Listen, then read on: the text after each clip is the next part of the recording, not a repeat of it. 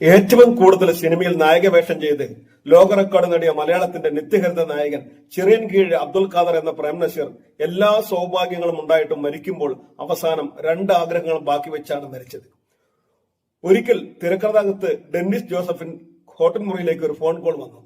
മറുതലയ്ക്കൽ നിന്ന് ആ ശബ്ദം ഇങ്ങനെ പറഞ്ഞു: എനിക്ക് ഡെന്നിസിനെ ഒന്ന് കാണണം. അതിനായി ഞാൻ എങ്ങോട്ട് വരണം?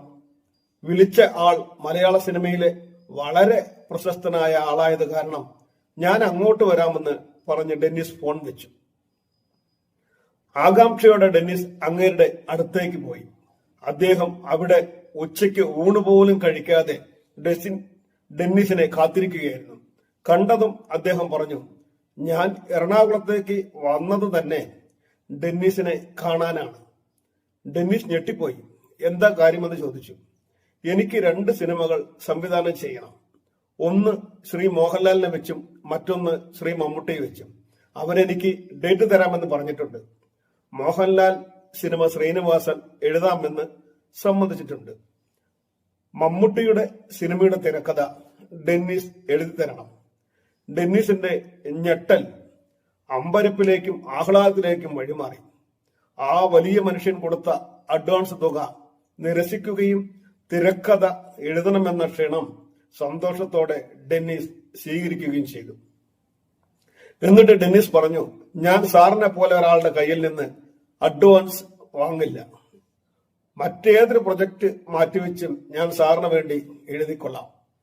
അത് അദ്ദേഹത്തെ വളരെയധികം വികാരഭരിതനാക്കി. സന്തോഷത്തോടെ അദ്ദേഹം പറഞ്ഞു: ശ്രീനിവാസനും ഇത് തന്നെ എന്നോട് പറഞ്ഞു. സത്യം പറഞ്ഞാൽ ഞാൻ ഈ കാര്യം നിങ്ങളോട് 2 പേരോട് പറയുമ്പോൾ എനിക്കൊരു ആശങ്കയുണ്ടായിരുന്നു. ഇപ്പോ സിനിമയിലൊന്നും അത്ര കണ്ട് സജീവമല്ലാത്ത ഒരാളായതിനാൽ നിങ്ങളൊക്കെ എന്നോട് നല്ലതുപോലെ പെരുമാറുമോ എന്ന് എനിക്കൊരു ആശങ്കയുണ്ടായിരുന്നു. ഇപ്പൊ എനിക്ക് വളരെയധികം സന്തോഷമായി. അത്യധികം സന്തോഷത്തോടെ ഡെന്നിസ് അവിടെ നിന്നും പോന്നു. പക്ഷെ 6 മാസം കഴിഞ്ഞ് ആ വലിയ മനുഷ്യൻ മരണപ്പെട്ടു. ഡെന്നിസ് ജോസഫിനെ നിരാശയിലാഴ്ത്തിക്കൊണ്ട് അദ്ദേഹം സംവിധാനം ചെയ്യാൻ ആഗ്രഹിച്ച ആ 2 പ്രൊജക്ടുകളും നടന്നില്ല.